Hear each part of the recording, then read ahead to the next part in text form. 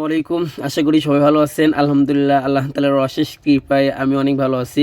আজকে আপনাদের সাথে ইনশাআল্লাহ শেয়ার করতে যাচ্ছি যে আমার খড়ের পালাটা কেন ভাঙলাম। আমাদের আঞ্চলিক ভাষায় এটাকে আমরা খ্যার বলি আর কি, মানে খ্যারের পালা। আর খ্যারের পালাটা কেন ভাঙতেছি, এটার মূল সমস্যা হচ্ছে যে এটা হলো আপনার যেটা আমরা নতুন পালা দিই আর কি, মানে আমাদের আঞ্চলিক ভাষায় এটাকে পালাও বলি আর কি। তো পালাটা যখন আমরা আমাদের গাভীগুলোকে খাওয়াই আর কি, সাইড থেকে খুলে খুলে খাওয়াই, তো এক পর্যায়ে দেখা যায় যে এটা হলো আপনার মানে গুড়ের ঢিমার মতো, যে আপনার মাঝখানে যে আপনার গুড়ি ঢিমা, আমাদের এলাকায় এটাকে আমরা গুড়ি ঢিমা বলি।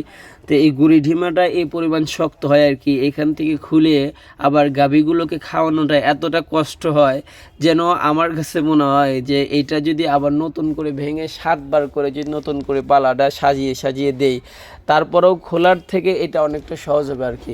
তো সেই উদ্দেশ্যেই ইনশাল্লাহ অনেক দিন ধরে ভাবতেছি যে এই কাজটা আমাকে করতে হবে, আর এই পালাটা ভেঙে নতুন করে আমাকে দিতে হবে, কারণ এত কষ্ট করে খাওয়ানোর থেকে ভেঙে নতুন করে দেওয়াটা ভালো। আমাদের সবাই আমরা এই এলাকায় এই কাজটা করে থাকি আর কি।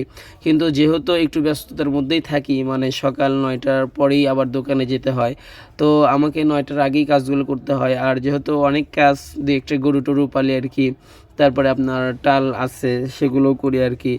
তো এই কাজটা হয়ে উঠছিল না, কিন্তু তারপরও আজকে নিয়ত করছি যে আজকে আমাকে এই কাজটা করতেই হবে, কারণ আমার কাজটা তো আমাকেই করতে হবে। আমার কাজ তো আর কেউ আমাকে করে দিবে না, কারণ নিজের কাজ নিজেকেই করতে হবে। আর নিজের কাজে তো লজ্জা নাই, কারণ হলো যে আপনি যদি আপনার নিজের কাজে যদি লজ্জা করেন, তাহলে তো এটা আপনার কখনোই আপনার জন্য একটা ভালো লক্ষণ হলো না।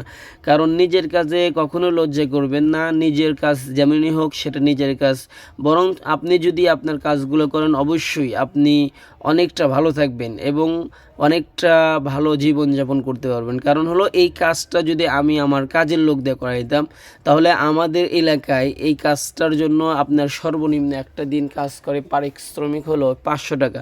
500 টাকার নিচে কোনো পারিশ্রমিক নাই, আপনার কাজ বুঝে আরও বেশি পারিশ্রমিক নেওয়া হয়।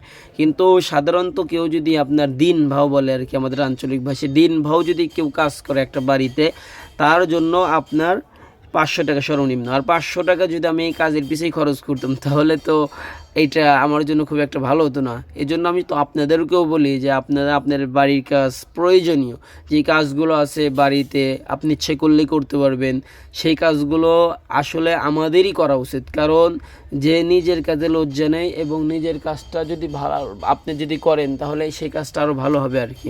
তো যাই হোক, আমরা অনেক সময় মনে করি যে না, এই কাজটা তো আমার দ্বারা সম্ভব না, বিশেষ করে যারা পড়াশোনা করি আর কি, কিন্তু এলাকায় থাকি আর ভাবতেছি যে পড়াশোনা শেষ করে একটা চাকরি করব, অনেক টাকা ইনকাম করব। আসলে ভাই, আসলে চাকরি বাকরি এটা সবই ভালো, কিন্তু এতটা সহজ বিষয় না আপনি যতটা সহজ করে ভাবতেছেন। একটা সময় গিয়ে কিন্তু আপনি দেখবেন যে বেকার হয়ে বসে আছেন, কোনো চাকরি হচ্ছে না, কোনো আপনার ব্যবসা হচ্ছে না, কারণ আপনি তো ছোটোবেলাতে পরিশ্রম করেন নাই। ব্যবসা করতে গেলে, কাজ করতে গেলে, উদ্যোক্তা হতে গেলে আপনাকে পরিশ্রমের সাথে আগে যুদ্ধ করতে হবে, আগে নিজেকে পরিশ্রমী একজন মানুষ হিসেবে গড়ে তুলতে হবে, তবেই আপনি ভালো একজন ব্যবসায়ী অথবা ভালো একজন উদ্যোক্তা হতে পারবেন। আর চাকরি করলে আপনাকে অবশ্যই ভালোভাবে পড়াশোনা করতে হবে, কিন্তু আমাদের জানা আর কি, মানে আমার ব্যক্তিগতভাবে জানা যে এখনকার সময়ে অধিকাংশ মানুষ এই ফোন, তারপরে যে কোনো কাজ মানে মনোযোগ দিয়ে না করে, শুধু শুধু সময় নষ্ট করে। পড়াশোনা করলে এমনি পড়তেছে, আহামরি কিছু না, মানে বাবা মা মনে করতেছে খুবই পড়তেছেন, আপনারাও ভাবতেছেন যে পড়তেছি, কিন্তু আসলে ভাই পড়লে খুব ভালো করে পড়তে হবে। আর না যদি ভালো করে পড়েন, তাহলে পড়াশোনার পাশাপাশি আপনাকে ছোটোবেলা থেকেই যে কোনো কাজ আপনাকে করতে হবে, কাজের সাথে আপনাকে লেগে থাকতে হবে, যেন কাজ আপনাকে দেখে ভয় পায়, আপনি যেন কাজ দেখে ভয় না পান। এই ধরনের মন মানসিকতা নিয়ে আপনাকে চলতে হবে। তো যাই হোক, আমার বাবা আমার সাথে অনেকটা কাজ, মানে আমার সাথে হেল্প করলে এবং আমার পালেটাও দেওয়া শেষ। আর এখন থেকে এটা একটু খুলে খাওয়ানোটাও আমার জন্য সহজ হবে, আর এখন অতটা কষ্ট হবে না। তো যাই হোক, আমার জন্য আপনারা দোয়া করবেন যে আল্লাহ তাআলা যেন আমাকে আমার ব্যবসা এবং আমার সকল কাজে যেন বারাকা দান করে এবং আমাকে যেন আল্লাহর দ্বীনের পথে কবুল করেন।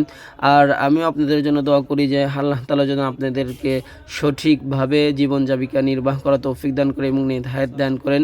আসসালামু আলাইকুম রহমতুল্লাহ।